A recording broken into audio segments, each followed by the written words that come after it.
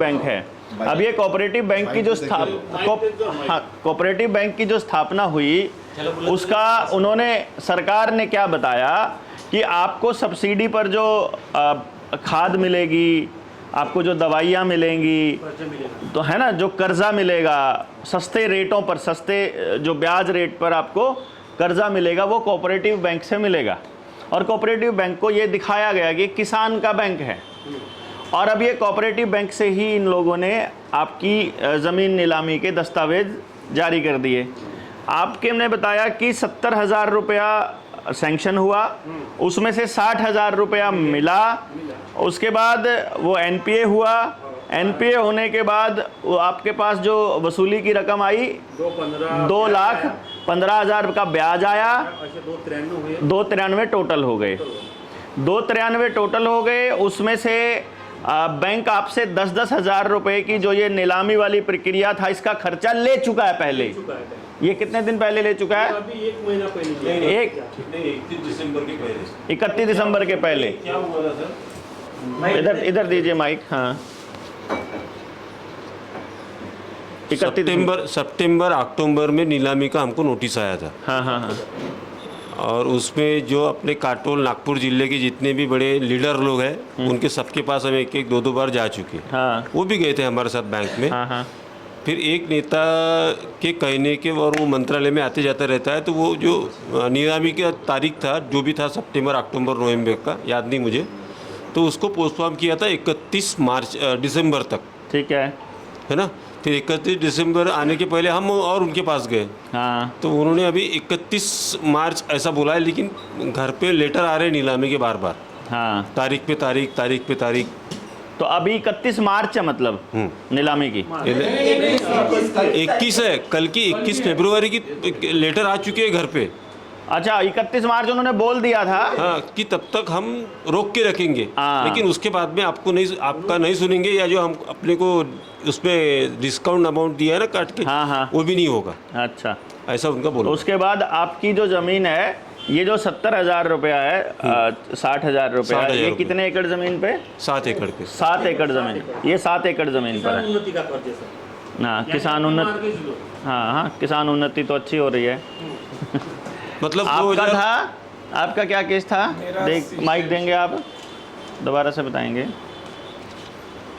हाँ। 80,000 90,000 रुपये मंजूर किया था, 70 हाथ में दिए थे, 20,000 उन्होंने रखे थे। 2 साल वो कंटिन्यू। रिश्वत के रखे थे वैसे केस? नहीं, वैसे ही रखे थे उन्होंने। अच्छा, उससे लिखाई कागज में 70 आया था। हाँ, वो तो अभी मेरी मम्मी की डेथ हो गई, मेरे को कुछ भी उसका पता नहीं है। वो तो मम्मी के हाथ का व्यवहार था। ठीक है। तो उन्होंने उसके बाद में 70,000 रुपये दिए, जैसा बताया था मम्मी ने मेरे को। उसके बाद में 2 साल उन्होंने ब्याज भरा 35,000 रुपये।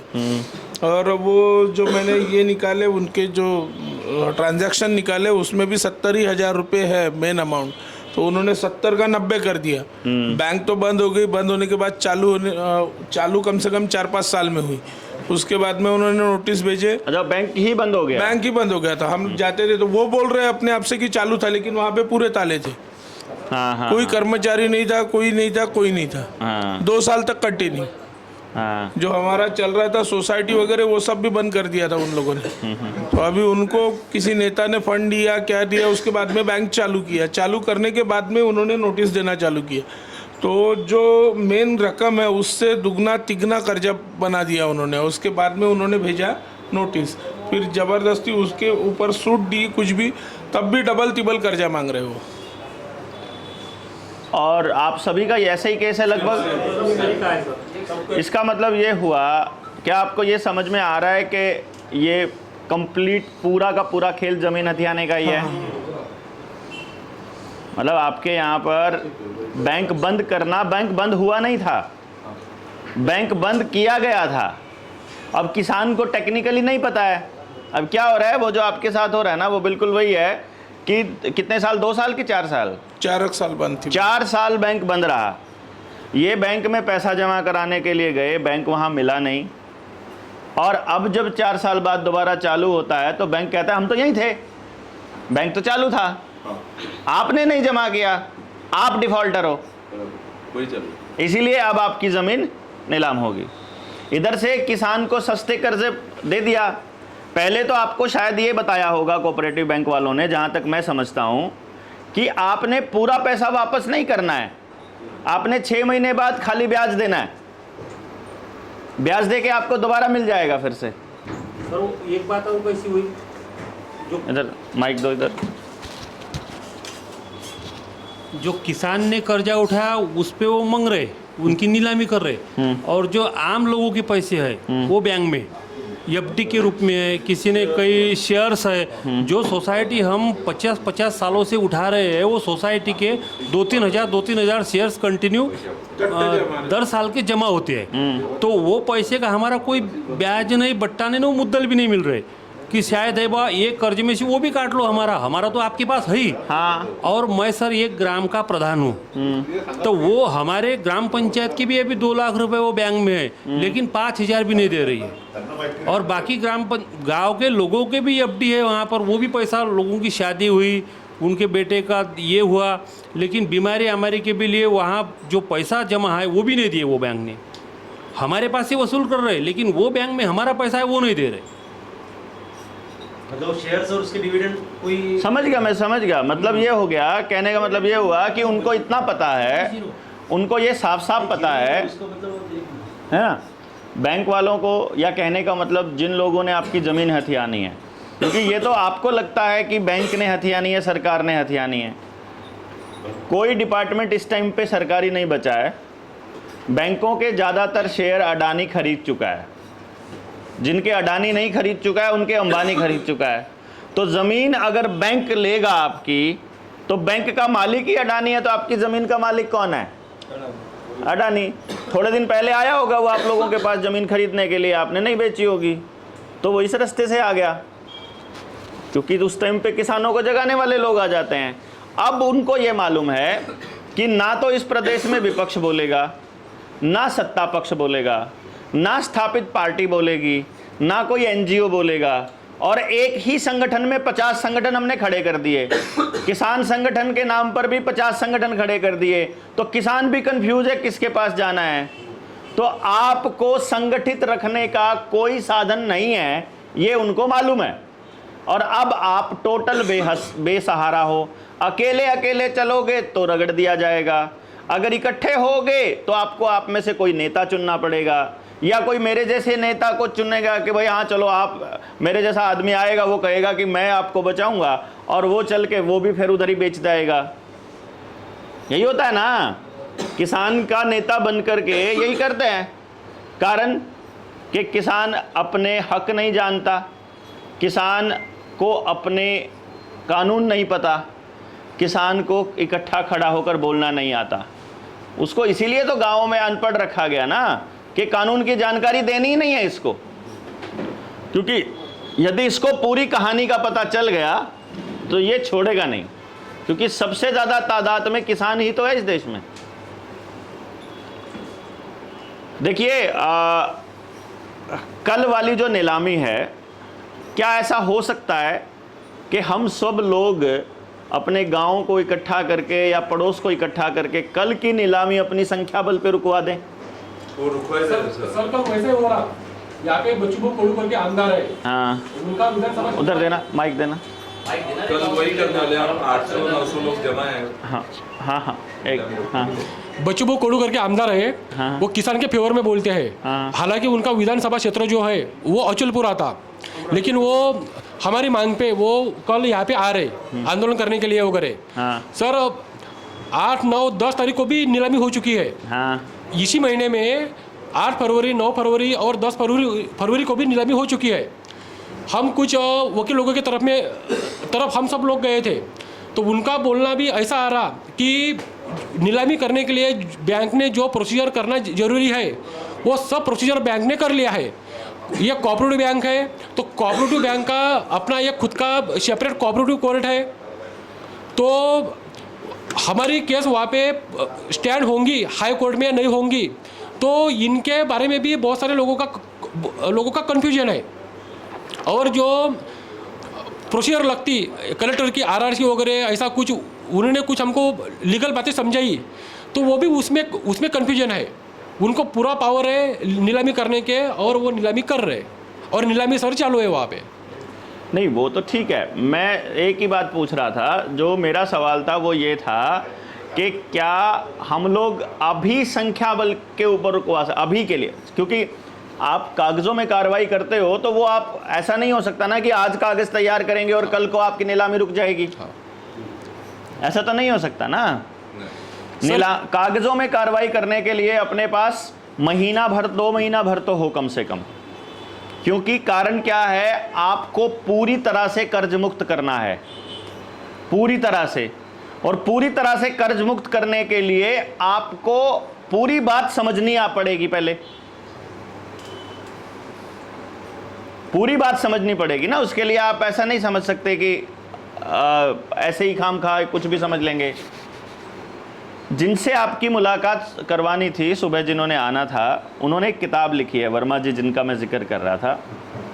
उस किताब में उन्होंने ये लिखा है कि जो आपके साथ जो आपको ये पैसा दिया जा रहा है ना, आपके खाते में ट्रांसफ़र कर दिया, ये पैसा है ही नहीं, ये रुपया है ही, असल में रुपया है ही नहीं। जैसे आपकी जेब में कुछ पड़ा होगा, कोई नोट पड़ा होगा जेब में, है ना, है कोई नोट, अभी कोई भी नोट दे दो, 100 का दे दो, ये हाँ हाँ चलो ये दे दो, ये दे दो, हाँ कोई बात, हाँ 1 का भी दो मुझे। देखो आपको जो समझना है ना, मोटी चीज़ क्या समझनी है, आपको इन 3 में भेद समझना है कि ये क्या है। ये 1 रुपया है, ये 5 रुपया है, ये 100 रुपया है, सबको ऐसा लगता है कि ये रुपया है। इसके ऊपर लिखा हुआ है 1 रुपया, है ना, खाली 1 रुपया। इसके ऊपर क्या लिखा हुआ है,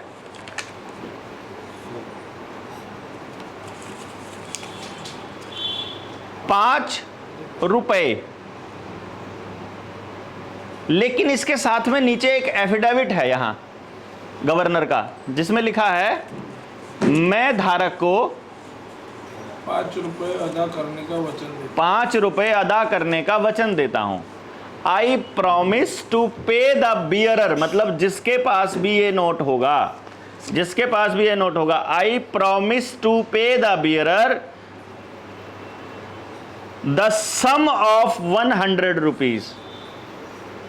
गवर्नर एक चिट्ठी लिख के बता रहा है पूरे दुनिया को कि जिसके भी हाथ में ये नोट होगा मैं उसको 100 रुपए देने का वचन देता हूं। इसका मतलब ये 100 रुपए नहीं है, समझे ना बात आप? 10 सम ऑफ बोल रहा है ना, 10 सम ऑफ, इसका मतलब क्या है, 100 का जोड़ है ना? इसका 1 रुपया, ये 1 रुपया और वो 100 रुपए का नोट। जैसे मैं आपको दूं 5 लीटर डीजल, तो मैं आपको कैन में 5 लीटर डीजल दूंगा। आप भी लेने आए 5 लीटर डीजल, आपने बोला कि मेरा गांव थोड़ा दूर है और मैं लेके जाऊंगा हाथ में या साइकिल पे, तो मैं रास्ते में खिंच जाएगा, तो मैं आपके वहां के पेट्रोल पंप के नाम एक चिट्ठी एक जारी कर देता हूं, एक नोट, पेट्रोल नोट, कि मैं धारक को 5 लीटर डीजल देने का वचन देता हूं, और नीचे मेरे साइन, मतलब मैंने आपके 5 लीटर डीजल देना है। तो मेरी पर्ची जिस जिस पेट्रोल पंप पे चलेगी, मैं वो पर्ची आप लेके जाओगे, उसी पेट्रोल पंप से आपको 5 लीटर डीजल मिल जाना है। तो आप अपने गांव के पास जाकर वो पर्ची पकड़ाइए और आपको वो 5 लीटर डीजल मिल जाएगा। ऐसे ही ये 100 रुपए का नोट है। ये नोट जहां जहां चलता है, कहां कहां चलता है, आपस लेन देन में हम लोग विश्वास में चलाते हैं इसको, और ये बैंक में भी चलता है। आप अगर बैंक में जाते हैं कि मेरे 100 रुपए दो, ये नोट देकर बोलो मेरे 100 रुपए दो, तो बैंक को आपको 100 रुपया देना पड़ेगा। वो 100 रुपया क्या है, उस 100 रुपए को समझने के लिए आपको समझना पड़ेगा फिर 1 रुपया। मैं आपको 1 रुपए का थोड़ा सा वो दिखाता हूं। ये मैं, आप मुझे ये माइक देंगे और आप ये पढ़ेंगे। ये 3 रुपए हैं यहाँ पर लिखे हुए। ये मैंने अभी लेटेस्ट फ़ोटो है, कब की है ये, तारीख आ जाएगी, यहाँ पर हम लोग डिटेल में जाएंगे। तो ये फ़ोटो खींची हुई है मैंने, कब की? 24 सितंबर 2022 की, जब आपकी नीलामी की तारीख आई उसके नज़दीकी। तो इस पे क्या क्या लिखा हुआ है? ₹1 इंडिया 1944। 1 रुपी इंडिया 1944, 1944। अगला लिखा है 1 रुपी इंडिया 1919, जलियांवाला बाग वाला साल। और आगे लिखा है 1 रुपी इंडिया 1999, 1999। ये असल में क्या दिखा रहा था मैं इनको? अभी जो वर्मा जी हैं उनके पास तो ये पैसे रखे हैं, मैंने उनकी फ़ोटो खींच रखी है। ये 3 नोट हैं, 3 सिक्के हैं, सॉरी, एक रुपए के। एक 1919 का, एक 1944 का और एक 1999 का। ये तीनों रुपए लेकर के हम बैंक में गए। हमने बैंक को बोला कि ये पैसे जमा करने हैं, कितने पैसे लोगे? तो बैंक ने कहा 3 रुपए। हमने कहा जो ये 1919 वाला रुपया है ये अभी चलन से बाहर तो नहीं हुआ। बोला रुपया कभी चलन से बाहर नहीं होता। क्या हो रहा? रुपया कभी चलन से बाहर नहीं होता। बड़े नोट, रुपए के नोट चलन से बाहर हो सकते हैं। जैसे 500 रुपए का 1000 का नोट हो गया ना, वो चलन से बाहर हो सकता है, लेकिन रुपया नहीं हो सकता। तो इसका मतलब हमारे रुपया जो है वो चल रहा है। 1919 वाला भी चलता है। बोला हाँ चलता है। तो 1944 वाला भी चलता है। हाँ, तो उसका कितना मोल? 1 रुपया। इसका कितना? 1 रुपया। 1999 वाले सिक्के का मोल 1 रुपया। अच्छा, जब हम ये तुमको 3 रुपए देंगे बैंक में, तो जब वापस हमने 3 रुपए निकालने होंगे तो यही 3 रुपए हमको दोगे? बोलते ना, ये वाले दे देंगे, नए वाले। हमने उनको बोला भाई जो ये 1919 वाला रुपया है इसमें तो पूरी 1 तोला चांदी है, प्योर शुद्ध चांदी। इसको तो बाजार में लेके जाते हैं तो 2 क्विंटल गेहूं मिलता है। और जो ये 1944 वाला इसमें 50% चांदी है, 555 ग्राम मतलब 5 ग्राम चांदी है। और आप इसको, इसमें 1 क्विंटल गेहूं मिल जाएगा हमारे को तो। और जो ये आज वाला है इसमें तो कुछ भी नहीं मिलता 1 रुपए में। तो फिर ये मेरे 1 रुपए की कीमत, जो ये 1999 वाला 1 रुपया और 1919 वाला रुपया, इसके बीच की कीमत बराबर क्यों नहीं है? बैंक उसको 1 रुपया मानता है, इसको भी 1 रुपया मानता है, इसको भी 1 रुपया। तो मेरे इस 1 रुपए की कीमत उस 1 रुपए के बराबर क्यों नहीं है? बैंक के पास, सुप्रीम कोर्ट के पास इसका कोई जवाब नहीं है। सुप्रीम कोर्ट ये कहती है कि अगर ये वाली बात पब्लिक को पता चल गई तो पब्लिक ऐसी तैसी कर देगी हमारी, क्योंकि आपके 1 रुपए की कीमत उतनी है जितनी, उतने ही सोने की कीमत है जो 3860 रुपए में आता है आज की वैल्यू के हिसाब से। यानी अगर आपके 40,000 रुपए का लोन है ना आपका, तो मात्र 10 रुपए कीमत है उसकी। और 4 लाख का लोन है तो 100 रुपए कीमत है उसकी। यानी अगर आपने बैंक का 2 लाख रुपया देना है ना, तो 50 रुपए में चुकता होगा, और कानूनन होगा। कानून है ये, अधिकार है ये आपका। लेकिन ये कागज तैयार करने में टाइम लगेगा। सबके कागज लेके आपको बैंक में एक आवेदन देना पड़ेगा कि जी मेरे को पता चला है कि आपका जो रुपया है ये फ्रॉड है और हम आपसे असली रुपए की जानकारी चाहते हैं। तो बैंक आपको गोलमोल जवाब देगा, क्योंकि पकड़ा जाएगा उसकी सच्चाई। फिर हम आरटीआई डालेंगे। एक महीने का प्रोसेस है ये। उस आरटीआई में वो पूरी प्रोसेस निकल आएगी, और उसके बाद फिर हम डालेंगे उनके ऊपर क्रिमिनल केस। 420 का भी उनके खिलाफ FIR भी होगी हमारे साथ धोखाधड़ी की और रुपये के साथ छेड़छाड़ करने की। और ज़मीन नीलामी तो भूल जाइए, ज़मीन नीलाम करने की तो सोच भी नहीं सकता बैंक। और ये ऐसा करके लखीमपुर में कई 100 करोड़ रुपए की नीलामी रुकवाई हुई है वर्मा जी ने, किसानों की ही। अब इसको कैसे लड़े ये देखिए आप, क्योंकि आपकी तो कल है नीलामी।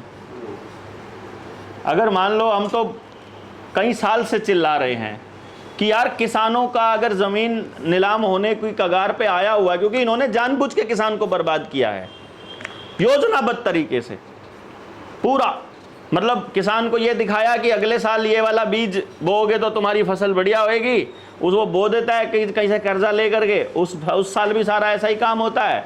सारे खर्चे उसके बढ़ गए हैं, ट्रैक्टर भी, डीजल भी, दवाइयाँ भी, खाद भी, बीज भी, सब कुछ उसको बाहर से लाना पड़ता है, और जब उसकी फसल का टाइम आता है कुछ नहीं होता। तो ये तो योजनाबद्ध है और ये तो आगे भी चलेगा। तो किसान को अपने खेत को कैसे संवारना, इस पे भी काम करना है, वो भी कर रहे हैं। किसान को अपने कर्जे से मुक्त कैसे होना है, गांव का सारा किसान कर्ज मुक्त करना है आपने। यहां क्या हुआ, यहां कोई व्यक्ति आया और उसने किसान को कर्ज मुक्ति की लड़ाई लड़ी, जो उसके चक्कर काट रहा था, जो उसके तलवे चाट रहा था, उसका तो कर्जा माफ करवा दिया उसने। और ये विरोधी पार्टी का है, ये दूसरी जात का है, ये दूसरे धर्म का है, उसका नहीं करवाया, वहां फिर बट गया किसान। सर मतलब आप एक बात ये करना चाह रहे हैं कि एक आंदोलन करके ये नीलामी पहले रोकना है हमें। तो आंदोलन के लिए मैं ये कह रहा हूं कि पहला स्टेप ये है कि आप इस नीलामी के लिए 2 महीने का वक्त ले लीजिए, और 2 महीने के वक्त लेने के बाद में, अभी शाम को वर्मा जी चले हुए हैं रास्ते में, 3 बजे के करीब वो पहुंच जाएंगे, 12 अभी बज गए हैं, अभी टेम्परेरी रिलीफ आपको लेना है, वो 3 बजे 4 बजे आ जाएंगे। क्योंकि अभी तो देखिए, अभी केवल एक चीज है जो आपको बचा सकती है, वो है आपका संख्या बल। अभी फिलहाल के लिए कि जहां भी अधिकारी, जहां जहां आपको लगता है कि आज ये लोग वहां जाने वाले हैं, वहां पहले से खड़े होकर के ब्रांच भी, हेड ऑफिस भी हैं, नीलामी हेड ऑफिस ये नागपुर में है। तो किस चीज की, अच्छा यहाँ पे ही, यहाँ भी है। वहां जाकर के कब्जा लेना है उन्होंने फिर बाद में। नहीं, नीलामी होती है, फिर कब्जे का ऐसा है। प्रोसेस बाद में होता है। आपल्याला ही नीलामी थांबवायचा याचं रिझन हे आहे, यांना 2 महिन्याचा वेळ पाहिजे. आणि दुसरी गोष्ट हे जे वर्माजी येऊन आले 4 वाजता, ते वर्माजी सर्व मला बाकीच्या गोष्टी सांगणार आहे, आणि ते डॉक्युमेंट्स कुठे काय करायचं, कसं करायचं ते यासाठी नाही यासाठी इनके आगे कर लो, हाँ चलो बोलते रहो। कसं आहे की तुम्हाला थोडंसं पुन्हा 4 वाजेपर्यंत थांबावं लागेल, कारण की हे तर यायचा काही विचार नव्हता आज देवेंद्रजीचा याचा, हे अचानक येऊन गेले, आले म्हणून याची आज आपण मिटिंग करून गेली डॉक्टर साहेबांची. पण ते जे वर्माजी येणार आहे, ते वर्माजी तुम्हाला सर्व काही पुन्हा गायडन्स करणार आहे, आणि ते जी निलामी आहे उद्याची, ती निलामी थांबवण्याकरता तुम्हाला सर्वांना एकजूट होऊन कुठेतरी ती निलामी थांबवा लागेल. काहीतरी वेळ करावा लागेल त्याला. उद्या निलामी बी झाली, नाही, तरी- 31 मार्च पर्यंत थांबलीच आहे असं बँकेचं म्हणणं आहे. हाँ बैंक ने खुद ही बोला है। बैंक क्या बोल रही है, हाँ। 31 मार्च तक पैसे की नीलामी है रुकी हुई है, हाँ। नीलामी इधर हो रही है, लेकिन काश्तकारों को बोल रहे हैं 31 मार्च तक 1, आप 2, पेमेंट 3 लेके आ होते हैं ना, जाओ। उन्होंने किसी किसान का 1, 2, 3 होते हैं ना, तो 1, 2 कर लिया, हाँ। होने का फाइनल है, होने का है, तो उन्होंने अपने को 31 मार्च के तक। हाँ वही है, उन्होंने आपको ये बोला है कि 31 तक तो रुक ही गई है, लेकिन चुपचाप कर रहे हैं इधर। चुपचाप कर रहे हैं, 31 मार्च हाँ। तक पेमेंट लेके आ जाओ, नीलामी रुक जाए। वो कैसा ये वो बोल रहे हैं। कहने का मतलब ये है कि गुमराह कर रहे हैं, बैंक बेवकूफ बना रही, गुमराह कर रही है। और ऐसे ऐसे परिस्थिति में हमको एक ही काम करना है, कैसी भी वो नीलामी जो है वो नीलामी पे जाके हमको कुछ भी तांडव करना पड़ेगा या बच्चों को। देखो चाहे बैंक के बाहर बैठना पड़े परमानेंट अपने को। आप लोग को मालूम होने को ना, नहीं तो वो आंदोलन चला लगा। उन्हीं के लोग हैं, उन्हीं के लोग हैं ना, नीलामी थोड़े तो प्रोडक्शन थोड़ी लगता है वहाँ। हाँ एक सवाल है, आपने कोई वकील से पूछताछ की इस किया मामले ना। में? अरे वो कर लिया, वो वकील तो ये बोलता है, हाँ। वकील तो बोलता है कि इनको नीलामी करने का हक है, हाँ। और वो आराम से बैंक पहले तो क्या कर रहा है, गोली दे रहा है कि आपको 31 मार्च तक आपकी नीलामी बंद है, लेकिन पीछे ही पीछे वो खुद ही नीलामी कर रहा है, खुद ही खरीदवा रहा है अपने ही लोगों से, बस, वो अपने ही आदमी खरीद के नीलाम करके डन कागजों में करके चलो भाई किसान अपना घरो। अभी वो कब्जा नहीं ले रहा है, कब्जा अभी नहीं ले रहा। नीलामी में कागजों में नीलामी हो गई, अब वो कब्जा लेने जाएगा तब पुलिस बल लेकर जाएगा वो। उसके बारे में भी वकील ने हमारे को ये बोला है कि कब्जे की जो केस है, बोले फिर से वो दायर करेंगे कोर्ट में। हाँ। कुछ साल बाद, यस कुछ साल बाद, बरोबर. कुछ साल ये पोजीशन तुम लोगों के पास ही रहेगा। हाँ ऐसा कौन बोल एडवोकेट बोल रहा है? एक सवाल और था, भैया ने जैसे बताया था कि कुछ किसानों की नीलामी हो गई हाँ। एक है दो ना? हुआ है। तो जिनका ऐसा हुआ है उनकी अभी क्या स्थिति है? मतलब वो उनकी स्थिति- उनको उनकी स्थिति कुछ नहीं, वही उनको है। पता ही नहीं है। नहीं नहीं वही स्थिति है जो मैं बोल रहा हूँ। सर, हाँ। मेरी भी 10 तारीख को मेरी भी खेती की नीलामी थी, तो ये एक दो मेरे इस पे भी हो चुका है, उन्होंने फाइनल नहीं किया, मतलब बोलियां लग गई है, बोलियां लग गई है स्थिति वही है। और लेने वाले इनके गांव से ही गए थे। मेरी नीलामी में खेती लेने वाले इनके गांव से ही गए थे। हाँ, विरोधी पार्टी ये खास चीज है। डॉक्टर साहब मेरे यहाँ केस हुआ था अभी ऐसा, तो उसमें जो जमीन नीलाम की है तो पहले नीलाम हो गई, रजिस्ट्री हो गई, पार्टी को पता ही नहीं कुछ। हमारे यहाँ एक केस हुआ ऐसा, उसमें किसान की ज़मीन नीलाम कर दी गई, नीलाम की गई और रजिस्ट्री हो गई। तो उससे पहले ये एक हथियार रख लेते हैं, पहले विज्ञप्ति देते हैं छोटे शब्दों में, छोटे पेपर में, और वो हथियार की तरह फिर जब कब्जा लेने जाते हैं तब केस दायर करते हैं और बताते हैं कि हम लोगों ने विज्ञप्ति निकाली थी, उसके बाद ये ज़मीन खरीदी है, और फिर उनका कानूनी हक हो जाता है उस पर, फिर वो अधिकार लेने जाते हैं। उसमें तो भी आप वो इस चीज़ को ध्यान में रखिए। उसमें भी वो क्या करते हैं, पूरा का पूरा डेटा होता है इनके पास, किस क्षेत्र में किस जगह पर कौन सा अखबार ज़्यादा पढ़ा जाता है, और विज्ञप्ति देने के लिए ये नॉर्म्स होते हैं कि जो सरकारी पैनल पे अखबार होते हैं उनमें देना पड़ता है। तो आपके क्षेत्र में जो अखबार नहीं पढ़ा जाता, जैसे अंग्रेज़ी के पढ़े जाते हैं, नहीं पढ़े जाते तो अंग्रेज़ी वालों में दे देंगे वो, तो किसान तो अंग्रेज़ी का अखबार नहीं पढ़ता है, हिंदी वाले में भी पढ़ देंगे, दूसरे वाले में। उनका लेटर वगैरह सब कुछ आता है। हाँ। उन्होंने सर साल भर से उन्होंने नोटिस वगैरह दिए। हाँ। पहले सर कोरोना था, अभी इस साल इतनी अतिवृष्टि हुई यहाँ पे हाँ। कि लोगों को सर जिंदा रहना मुश्किल है, जिंदा रहना मुश्किल है। किसान लोग सर भरने के लिए तैयार है। हाँ। उनका कहना कैसा है कि हम मुद्दल भरते, हाँ। उनका कहना कैसा है आप मुद्दल भरो, लेकिन बैंक के कुछ नियम है, कोऑपरेटिव बैंक के, मुद्दल प्लस 6 साल का ब्याज। हाँ। अभी किसी लोगों ने 10 साल, जो लोगों ने क्रॉप लोन उठाया, किसी को 10 साल हुआ, किसी को 12 साल हुआ, तो उनका कहना कैसा है मुद्दल प्लस 6 साल का ब्याज। किसान लोगों का कहना कैसा है सर हम मुद्दल भरते, कोई एट ए टाइम मुद्दल भरने के लिए तैयार है, तो कोई किसान ऐसा है कि सर हम मुद्दल भरते हैं लेकिन हमको 2 साल का वक्त चाहिए। हाँ। कोई किसान लोग ये बोल रहे हैं कि हम मुद्दल प्लस ब्याज भी भरते, लेकिन आप थोड़ा कम करो, हमको 2-3 साल का टाइम दो, ऐसा चालू है। हाँ। लेकिन एक बात ये बताइए, कितने किसान हैं इससे समस्या वाले?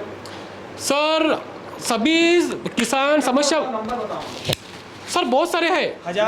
जिले का हाँ जिले का, इस यहाँ की बात करो, इस शहर की बात करो, इसकी बात करो, हैं? इस शहर की 5 है। तो देखो अब आपको है ना, अभी क्या हो रहा है मालूम है ना, आप अलग कॉम्प्रोमाइज़ करने की बात कर रहे हो, आप अलग कॉम्प्रोमाइज़ करने की बात कर रहे हो, आप अलग कॉम्प्रोमाइज़ करने की बात कर रहे हो। तो इसमें क्या है ना, आप बटे हुए हो।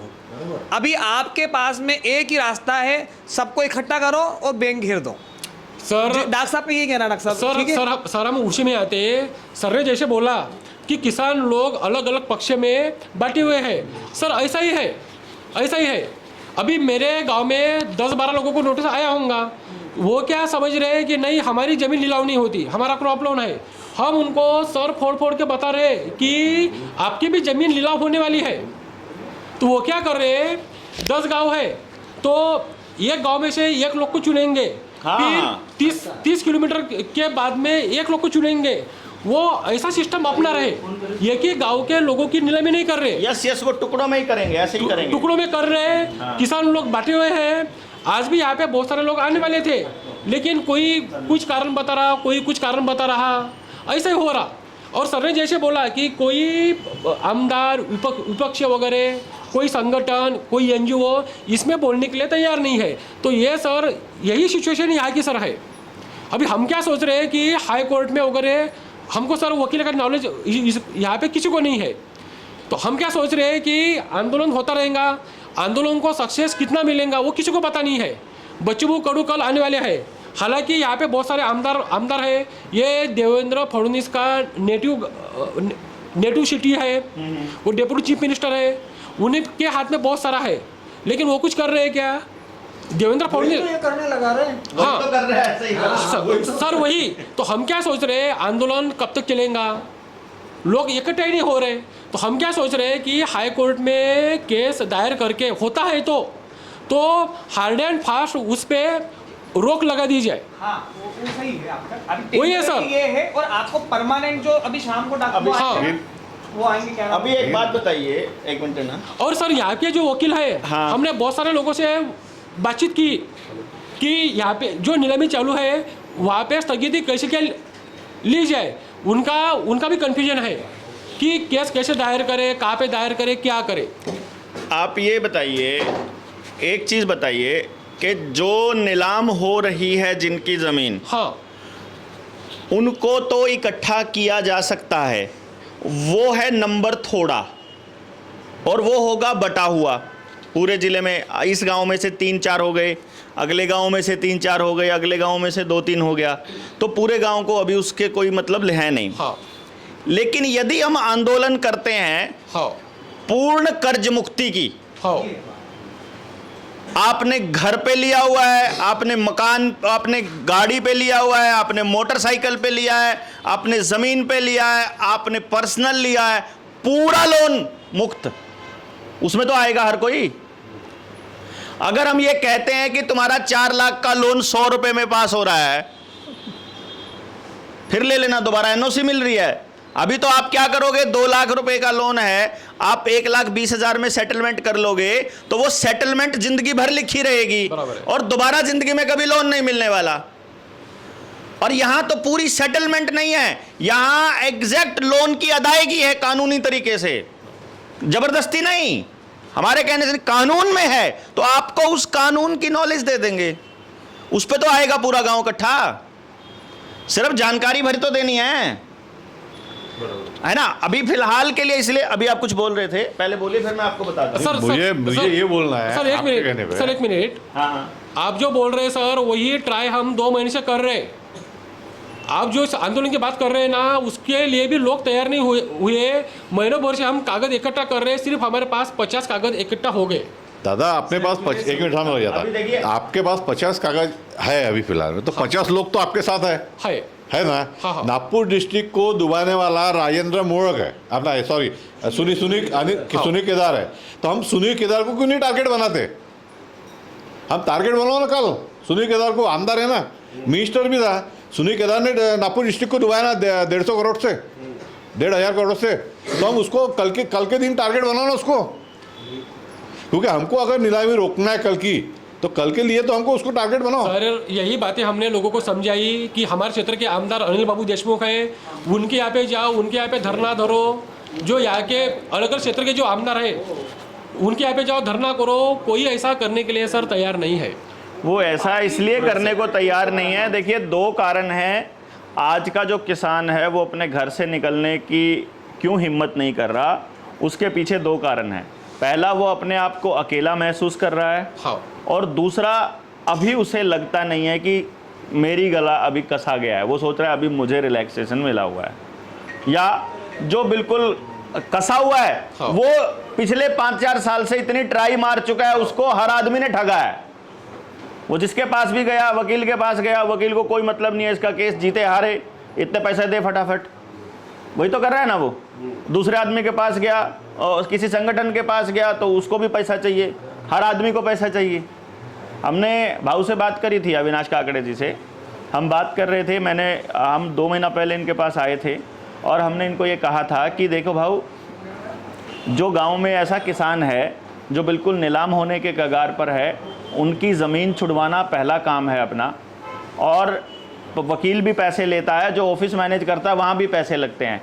लेकिन अगर किसी किसान का ऐसी हालत है कि वो 1,00,000-2 लाख रुपया भी पे नहीं कर पा रहा है, तो उससे पैसे लेना पाप है, क्योंकि वो तो पहले से ही क्योंकि 1,00,000-2 लाख भी पे नहीं कर रहा, इसका मतलब उसके पास अभी इतनी आमदन नहीं है। तो उससे हम 5-10-20 हज़ार भी नहीं ले, मतलब उससे तो हम कुछ भी नहीं लेंगे। उसको खाली इतना बोलना है कि तुम तो आओ निकल कर, तुम्हारी जमीन पहले बचानी जरूरी है, क्योंकि असली पूंजी है सोना और जमीन। ये पैसा जो है ये पूंजी नहीं है, ट्रैक्टर, कार, मोटरसाइकिल कुछ भी पूंजी नहीं है। असली पूंजी जमीन है। अगर आपकी जमीन चली गई, जिंदगी में दोबारा जमीन नहीं खरीद पाओगे आप लोग, और जमीन चली गई तो रोटी नहीं खा पाओगे, क्योंकि आने वाले वक्त में ये देश में भूखमरी आने वाली है। ये पूरा योजना है इनकी। तो इससे अगर देश को बचाना है तो किसान का बचाना ज़रूरी है, और किसान अगर छोटा किसान है ना, उसका बचना बहुत ज़रूरी है, क्योंकि इस देश को अभी तक बचाया हुआ छोटे किसान ने है। तो ये क्या कर रहे हैं, छोटे किसान के जिसके पास 1 एकड़ 2 एकड़ 1 बीघा 5 बीघा 10 बीघा, पहले इसको लपेटो, और उसको खरीदने के लिए उसी के गांव में बंदा मिल जाएगा, उसके लिए उनको बढ़ेगा आदमी। उसके बाद फिर 5 एकड़ वाले को लपेटो, उसको भी लेने वाला वहीं मिल जाएगा। फिर 100 एकड़ वाले ज़मीन खरीदने के लिए अडानी अपने आप आ जाएगा, फिर टेंशन नहीं है। 100 एकड़ का चंक एक ही आदमी से खरीदना आसान है, और 100 एकड़ 100 लोगों से खरीदना फिर मुश्किल है, बीच में एक दो नहीं दे बेचेगा। अगर भूमि अधिग्रहण भी करेंगे तो उसमें भी फिर आंदोलन कर देंगे ये लोग। तो ये लोग बैकडोर से आ रहे हैं कि अधिग्रहण कर रहे हैं तब भी काबू नहीं आ रहे, और किससे कर रहे तब भी काबू नहीं आ रहे। तो इसके लिए अविनाश भाऊ आए, आइए।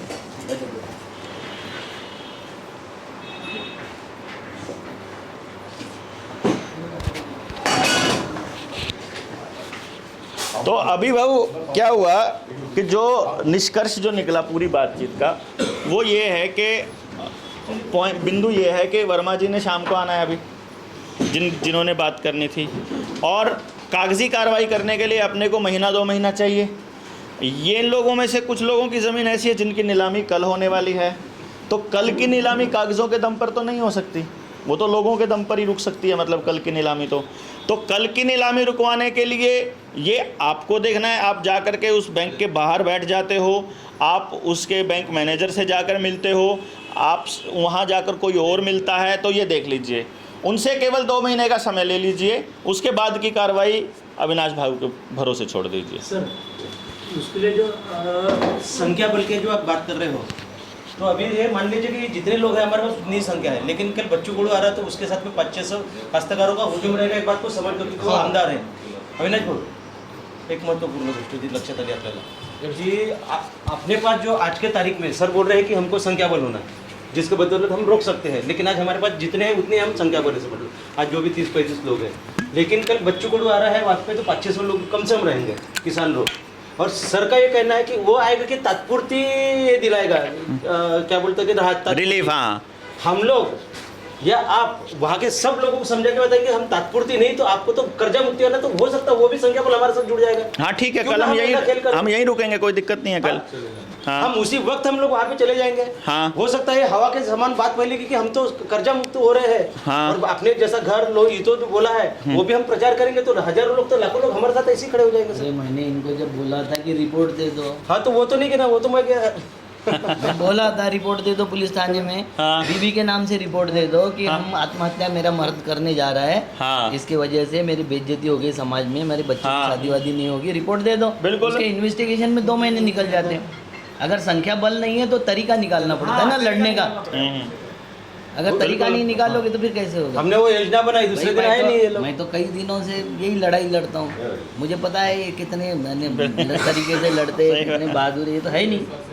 तो ये ऐसा करा देगा अपन, ये तो एक पीछे से भाग जाता है, आत्महत्या कर लेंगे मगर ये सामने होके लड़ेंगे नहीं। वो अकेला महसूस करते ना, इनको नहीं मालूम कि अकेला खड़ा होकर है ना साथ में। हाँ। अकेला कौन होता है यार, शेर भी अकेला ही होता है जंगल में कि 4-5 लोग लेके जाता है शिकार करने के लिए। तो अकेला ही होता है। तुम करो तो। मैं कितने दिन हो गए बताए आपको, 8 तारीख से मैं बता रहा हूँ, जब आप मेरे पास आए थे कि आप रिपोर्ट दो, दिए किसी ने? आपके साथ में ये आने को तैयार था, पुलिस से बात ये करेगा, सब कुछ करेगा, मगर रिपोर्ट तो आप दो। बैंक में जाके आया था मैं 4 दिन पहले। आपको काटोल को भी बोला था रिपोर्ट दो, आपको गणेश पेठ थाने में बोला था, आप सुनोगे नहीं तो क्या करोगे? फिर ऐसे ही चलते रहेगा, चलते रहेगा। आता याच्यात हा ग्रुप कसा वाटलाय भाऊ हे सांगतो की काही काय म्हणतात की आम्ही मुद्दल भरून सेटल करतो, कोई काही म्हणते की ब्याज, तो वो करोच मत ना, डट कर जाओ, हम ना मुद्दल भरेंगे ना ब्याज भरेंगे। बाद में हम जैसा डॉक्टर साहब बोल रहे हैं लीगली हमको पैसा भरना है 150, वो भरने के लिए क्यों नहीं हट रहे? उद्या आंदोलन करायचं आहे, कल के आंदोलन के लिए करो ना। टार्गेट बनवायचा आहे, 1000 टार्गेट बनवू, मीडिया आंदोलन है 2 महीने बोलता हूँ मैं।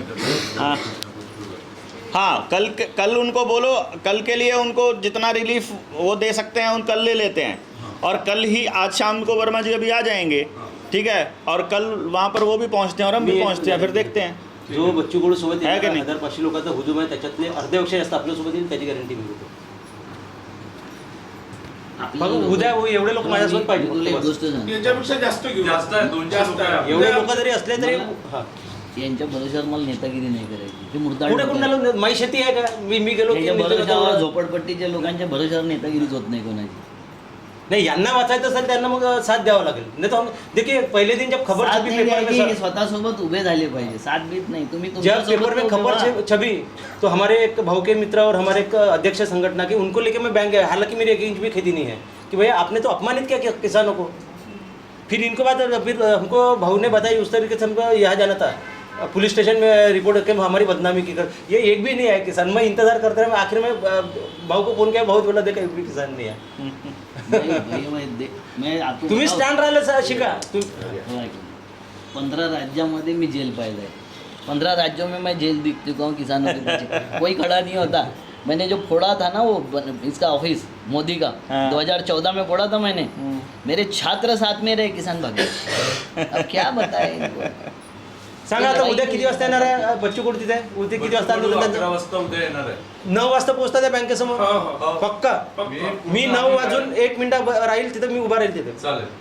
पाहुणे नवले पाहिजे. भाऊ, 11 वाजता येणार आहे, आपण 11 वाजता जिंकलो. नाही नाही नाही ऐका, माऊल बनवायचा ना हो आपण पहिले. ते पण माऊलच बनवणार आहे ना, मग सोबत माऊल. पण काय होऊ शकते सांगा भाऊ काय म्हणता. काय नाही मला तेल जे वाटते ते करून दे. अगर देखो हम कुछ बोल रहे हैं, समझ लो कि हम 9 बजे क्यों जाना है, तो जाना है. आप ये रहो ना कि क्यों आप 11 बजे जाना चाहते हैं. जब देखो आपकी खबर छपी थी पेपर में, मैं किसान नहीं हूं ना, मेरे को 1 इंच जमीन है, फिर भी सबसे पहले बैंक में मैं गया था कि नहीं है. मैं वो तो सुनार थे, बहुत सुनार थे, इतने बड़े सुनार थे उस एरिया के, मतलब जाने पहचाने शराफ. जिस दिन उनको पता लगा कि ये तो साला हमारे जरिए ही सोने के जरिए पैसा इकट्ठा करके, मतलब सारा सोना इकट्ठा करके लेके जा रहे हैं, दुकान बंद कर दी, चारों शोरूम अपने, और लड़ाई लड़ने लगा रुपए की बंदा. 20 साल से लड़ाई लड़ रहा है कि ये पूरे देश का किसान एक एक आदमी कर्ज मुक्त करना है, क्योंकि ये सारा ठगी का चोर है, सारा चोरी हो रही है. नहीं, मुझे कुछ इनसे कुछ बात करना है. हाँ, रिपोर्ट का नहीं होती दिल्ली. हिंदी में रिपोर्ट क्यों नहीं दिया? हाँ, हमें भी सुन. मैंने बोला था रिपोर्ट देने के लिए, क्यों नहीं दिया? आपने बोला था कि हम रिपोर्ट दे के रहेंगे शनिवार को. क्या समस्या क्या थी? कोई डर लगा? रिपोर्ट लिखनी नहीं आई. देंगे तो बदनामी होंगी ऐसा लगा. अभी पेपर में छप के आया तो कोई बदनामी नहीं हुई. अगर हमारी बीबी को लेके जाएंगे तो बदनामी होंगी ऐसा. अच्छा, और तुम आत्महत्या करोगे, बीवी ने घूमेगी फिर, तो फिर बदनामी नहीं होगी. अरे जेलमध्ये गेल्याने इज्जत वाढते राजा, बदनामी होताना नाही पाहिलं मी कोणाची. कोणाचीच नाही होत. शेतकरी, तुम्ही खरं सांगतो, तुम्ही लढताना दिसले ना तर शेतकरी म्हणजे हे सगळे पॉलिटिशियन घाबरताना दिसतात. 390 दिन लड़े सरदार, पूरे तीनों किसान बिल वापस लेना पड़ा. मुंह दिखाने को जगह नहीं थी मोदी को. आप लड़ते हो ना तो पूरा शासन प्रशासन डोल जाता है. आपने लड़ना ही छोड़ दिया, आपने बात करना छोड़ दिया, आपने विरोध करना छोड़ दिया, और आपको लगता है कि वो आसानी से दे देंगे. आपको क्यों देंगे? जब मुझे लूट का माल मिल रहा है तो मैं क्यों छोड़ूंगा? आप बताइए. मुझे हराम का आपका मिल रहा है. आपको गेहूं पैदा करने में 12 रुपये लगते हैं और मुझे अगर 6 रुपये में मिल रहा है तो आपके लिए कुछ बोलूँगा मैं? मेथी की सब्ज़ी पैदा करने में आपको 5 रुपये 7 रुपये लगते हैं और मुझे 1 रुपये में अगर मेथी मिल रही तो मैं छोड़ूंगा क्या? आपको करना पड़ेगा. अरे 5-7 लोग नहीं है, 10 लोग नहीं है आपके पास में कि जो रिपोर्ट दे सकते हैं. आपने तो उस दिन बोला था मैं रिपोर्ट देता हूँ. बोला तो ये नहीं लेना चाहिए, अब कोई अकेला ही था. अकेले आ जाते हैं. फोन भी किया था. सर मी प्रवृत्त केलंय, सगळ्यांना फोन केले, पण एकही जागा होत नाही. मी थकलेलो आहे. कल मैंने इतना बड़ा आंदोलन तैयार किया है, मैंने मेरे गांव से बुलाए लोग. आप ये देखो, सिंपल एक बात जो भाव ने बोला, उस आप वाली बात पे मैं ऐड करता हूँ. आपने बोला कि वकील भी बोलेगा, पुलिस भी बोलेगी, नेता भी बोलेगा कि बैंक के पास आपकी ज़मीन को कुड़की करने का, उसको हथियाने का, उसको नीलाम करने का पूरा हक है कानूनन. ऐसा बोलेगा, उसको हक हो गया, कानून है. यही बात भाव ने बोली. संसद में बहुमत से पास किए हुए 3 कानून संसद में ही वापस लेने पड़े उनको, केवल इस बात के ऊपर कि हम लड़े, वहां परमानेंट बैठे कि तुम्हारा कानून नहीं चाहिए ये वाला जो हमको बेघर करता हो. जो हमारी ज़मीन नीलाम करता हो, जो हमको बर्बाद करता हो। तुम्हारा कानून नहीं चाहिए। कानून क्या होता है कि हमने मिलकर एक आदमी को वहाँ भेजा, उस आदमी ने हमारे लिए कोई कानून बनाया, हमारे लिए, अपने लिए नहीं, कंपनी के लिए नहीं, वो हमारे लिए। अब जैसे अब ये लोग हैं, हम मिलके नियम बना लें कि भाई ऐसा करेंगे, अपन अभी वहाँ चलते हैं बैंक के पास और एक नियम यहाँ तय कर लें कि हम लाइन में चलेंगे, कोई किसी के साथ हाथापाई नहीं करेगा, कोई किसी के हिंसा नहीं करेगा। ये नियम है, यही कानून हो गए जो हमने अपने ऊपर मान लिए कि हाँ हमने मान लिया ये नियम। तो वो जो कानून है वहाँ लिखे जाते हैं, वो नियम है जो वो हमारा प्रतिनिधि हमारे लिए बनाता है। यदि वो नियम हमारी जिंदगी के विरुद्ध जाता है तो हमारा पूरा हक है कि हम उसके खिलाफ लड़ें कि हमें तुम्हारा ये नियम नहीं चाहिए। हम मालिक हैं, तुम हमारे प्रतिनिधि हो, तुम्हारा काम है हमारे लिए काम करना, कंपनियों के लिए काम करना नहीं। तो जब आप इस तरह से खड़े होंगे तो उनको बने हुए सारे नियमों को ताक पे रखकर करना होगा। इतिहास में बहुत बार हुआ है जब सभी किसानों के सारे कर्जे एक कलम से माफ हुए हैं, हुए ना भाऊ, एक कलम से, किसी की कोई नियम कोई कानून सब धरा रह गया। अरे ये होने वाला है, ये अगर थोड़े से हिम्मत दिखाए तो होने यही होने वाला है, होगा। ये आपके पास डिपेंड करता है कि आप पीछे वाली लाइन में होंगे कि आगे वाली लाइन। ये होगा, इसके लिए लड़ाई शुरू हो चुकी है। पूरा हरियाणा, पूरा पंजाब एक लाइन में आ रहा है सीधा। अगर आपको लगता है, क्योंकि जब तक आपकी जमीन जा चुकी होगी फिर कुछ नहीं कर पाएगा। आज थोड़ा सा लड़ लो, मरोगे तो पक्का। वो मैं आपको एक छोटी सी बात बताता हूं। कोरोना शुरू हुआ, लॉकडाउन लगा, सबको घरों में कैद कर लिया। एक हमारी टीम में है अशोक भाई पटेल, वो ऐसे छाती पर लगा के, कमिश्नर साहब मैं बिना मुंह ढके यहाँ खड़ा हूँ, मुझे गिरफ्तार करो, ऐसे लिखा है, और चौक पे खड़ा हो गया। पुलिस की गाड़ियाँ आई, आकर के उसको इंस्पेक्टर बोलता है, डीवाईएसपी बोलता है कि पटेल साहब घर में बच्चे नहीं है क्या? बोले हैं। तुमको रोकते नहीं है क्या? बोलते नहीं। क्यों, तुम मर गए तो बोला बच्चे समझाते नहीं तुमको? बोला नहीं समझाते, क्योंकि उनको एक बात का पता है कि ये हमारा बाप है ना, जो इनका बाप था वो मर गया, और उनका जो बाप था वो भी मर गया, और उनका जो बाप था वो भी मर गया, और ये भी मरने वाला है, एक दिन मरेगा पक्का, और फिर हम भी मरेंगे। हमारे घर में मरने का रिवाज है, और वो सबके घर में है मरने का रिवाज। अपन सारे मरेंगे। मैं प्रकृति का नियम नहीं तोड़ना चाहता ना मर के। सरकार को मेरे ना मरने में इतनी दिलचस्पी क्यों है, मेरे को यह पूछना है सरकार से, क्योंकि मरकर ही मैं सृष्टि का नियम चालू रखूंगा ना, तो मेरा मरना तो तय है। तो मैं तुम्हारी बुजदिली वाली मौत नहीं मरूंगा। मैं तो कोरोना को भी सीधा बोलकर मरूंगा कि आजा देख, मैं देखता हूं, तेरे को बताता हूं क्या। जिस वक्त सारा देश डर रहा था, जिस आदमी को सच्चाई का पता होता है वो इतना निडर हो जाता है, वो किसी चीज से नहीं डरता है। तो आपको मरना है पक्का एक दिन। अब आपने ये देखना है कि आपकी जमीन नीलाम होते हुए खुद देखना है कि अगले परिवार ने झेलना है वो दुख, और फिर ये लड़ाई भी जीती जाएगी कर्ज मुक्ति की। कर्ज मुक्त होगा ये भारत। उस वक्त अगर आपकी जमीन जा चुकी होगी फिर आप कुछ नहीं होंगे। तो लड़ लो थोड़े से दिन और। नहीं, मैं हमको ये पूछना चाहता हूँ देवेंद्र भाई कि हमको गाड़ी जब उठाना नहीं होता हाथ से तो हम जैक लगाते ना। हाँ, पुलिस का रिपोर्ट जैक है यार, ये जैक है। हाँ, जब तुम्हारे पास 1000 लोग नहीं है, तुम नहीं रोक सकते, तो 10 लोगों में कैसे रोका जाएगा? तो पुलिस का सहारा लो। कानून उनके लिए है तो तुम्हारे लिए भी है, सबके लिए है वो। तो मैं तो जैक बता रहा हूँ ना, इतने ही लोग अगर जाके रिपोर्ट दे दे तो वो गाड़ी वैसे ही उड़ जाएगी। बात समझे हो, हमारी बात समझे कि नहीं? वो जैक है, करो।